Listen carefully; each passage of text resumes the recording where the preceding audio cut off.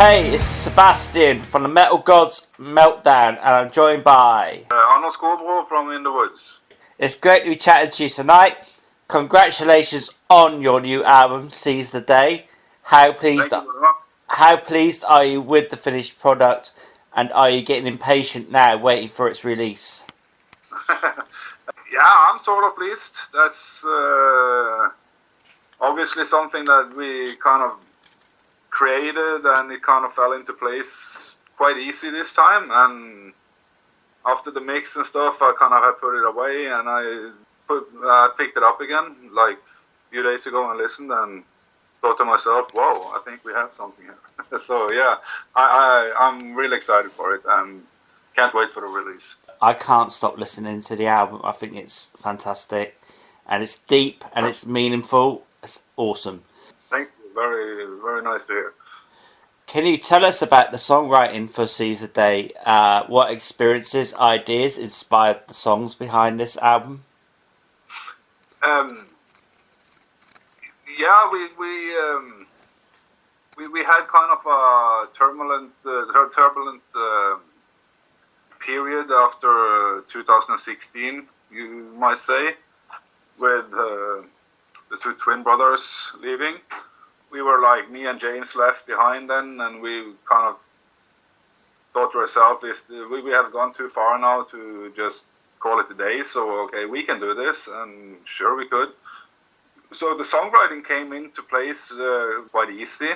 It's a collaboration of me and James and the new guitar player Bernd Sørensen. It might sound silly, but it came into place quite easy. It was not a hassle to write this album at all. We recorded it in some days in last winter. Not stressing it at all. Like, I mean, earlier for In the Woods' sake, kind of has been songwriting for over 2-3 years period.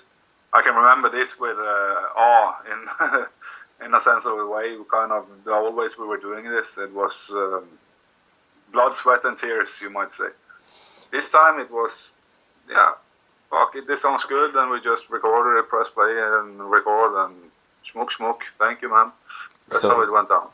Cool. Which is your favourite track on the album today, and why? Good question and difficult question for me to answer. I like them all, I have to say. Some of them have a different meaning than others, but okay, I must say maybe Substance Vortex is high within. I like Iron Blanket. I just had a beer and I'm home from work, so I'm a bit slow here. So Respect My Solitude too, because of the cool meaning internally it has. Or Leave Me the Fuck Alone when we're playing live. Also, I can't remember the name of it, the last song. Special meaning because it's just a jam session between me and James. We just did this live, Yeah. Bam bam. It was, and we were very hangover when we did it, so it's a kind of funny track for me to listen to. Okay, if I have to hold one in the highest regard, I will say Substance Vortex. This is a hypothetical question. I would love to see you guys on tour with Amorphis, Delane, and Turisaz. What Right. 4 bands would you love to tour with if you could? Amorphis would be cool, and put in Enslaved and Primordial, and then we had a good bill.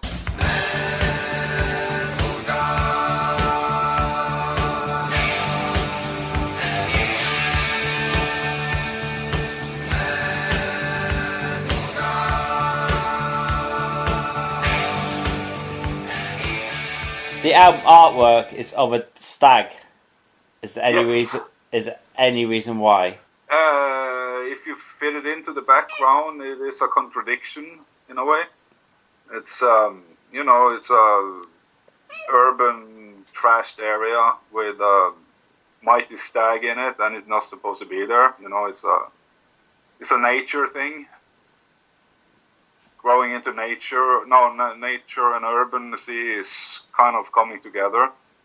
The idea came up with James walking home from the pub a night, and he saw like 2 foxes and a deer running in the streets at night. And that's also where the titles "Empty Streets" comes from. You know, the nature is taking over the urban areas, or vice versa. But the meaning is like, okay, in the woods from the history, like back in the 90s, it was very nature inspired. You can say, you know, first album had Mother Nature as a high regard, and more like a paganist way, if that makes any sense. Kind of a revisit to that, and also, okay, times moves on, and we have a urbanization of nature that should not occur. It's open for interpretation. Everybody can feel what they feel about it. Can you give me any details on festivals and tours for the rest of the year, and what's going to happen next year? Are you going to hopefully get out even into the UK? Certainly hope so. For the rest of this year, we don't have anything scheduled. I have to say, we don't have anything scheduled at the moment. I know from the booking agency, we had to change our booking agency just a few months ago. Different story. Anyways, it's coming up, festivals and stuff for 2019. It's been talking about doing some release shows in Paris and London, but I don't see it will happen because it's not anything scheduled yet. That's the situation per now. But we will be much more active in 2019 for sure. Exactly what will happen, I'm not sure about, but it will be festivals, and it will probably be a tour or two, both in Europe and US, hopefully. Brilliant. So when you're out on tour, how do you rate the importance of being seen live and meeting the fans whenever possible? Extremely high. That's very, very important in every sense of the way. I mean, that's where you kind of show yourself that you're something to be reckoned with. It's also it's both ways. I mean, we have a long history, a long legacy, you might say. So, playing old stuff, new stuff, meeting new and old fans. No, it's very, very important. To me, it is. When did you first become interested in being a musician in a band, and have you reached your goal? Yes. For me, when I was 10 years old, maybe 12. I kind of reached my goals already 20 years ago, in that sense of the way, or more. So you're kind of born like a musician. It's nothing you choose to be. It's something you are, I guess. That's how it felt for like me. You can't choose it away, even if you want to. Cool. And of course, going back in time then, can you remember the first time you ever played live and how it felt to have people watching you? Yeah, I can. It was with almost the first basic lineup within the woods at a local cafe at a suburban area where we used to live, in front of 50, 60 friends and family. I think I was maybe 14 or 15 years old. Of course, you started off with like a black metal band. Were you inspired back in the day with the church burnings and all that sort of thing that was going on, or is that something you didn't really want to be involved with? No, we were not inspired by that at all, and we kind of did this before that happened even, so it wasn't...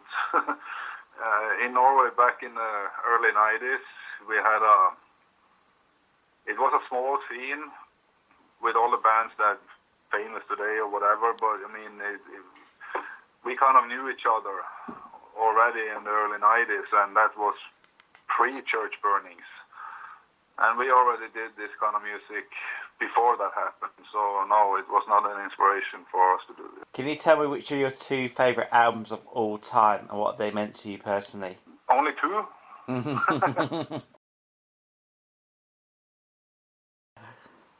Okay.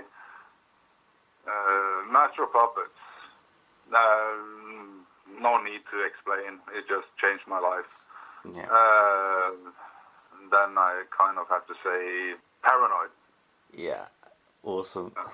That's my first album. Black Sabbath. Black Sabbath. That was my first ever album I was given. Actually, my first single was Iron Maiden, Women in Uniform. That's going back. Yeah. That's going back so many years. Okay. No, I mean, going back now is okay. I can 10 or 20. That would be more like it. Yeah. In all kind of genres. Pink Floyd, Dio, Black Sabbath, Judas Priest. Can you tell me what one possession could you not live without right now? My weight. Can you tell me why we should buy Seize the Day? If you want some challenging, aggressive, melancholic metal that will make you think twice and want to listen to it all over again after it's finished, then you should buy it. 3 words to describe In the Woods. Emotional, aggressive, melancholic. Festival or small intimate gig? Small intimate gig. Vinyl or digital? Vinyl, all the way. In the Woods or on the beach? In the woods. Black metal or sleaze metal? Black metal. Aha or Donald Trump? Uh-huh. Do you have any final words for your fans and our listeners? Say thank you for paying attention to us, and I hope you will enjoy the new album Seize the Day. And then see you somewhere in Europe or in the world in general in 2019 and 2020 and 2021 for that sake. Be afraid to say hi and go and have a beer with us. Count down from me then. This is Anders Skobo from In the Woods. You're listening to the Metal Gods Meltdown. Yeah. The dawn is a spell to be broken. The night is for drifting on the seas. As the fire becomes cold, there's a story to be told. Life's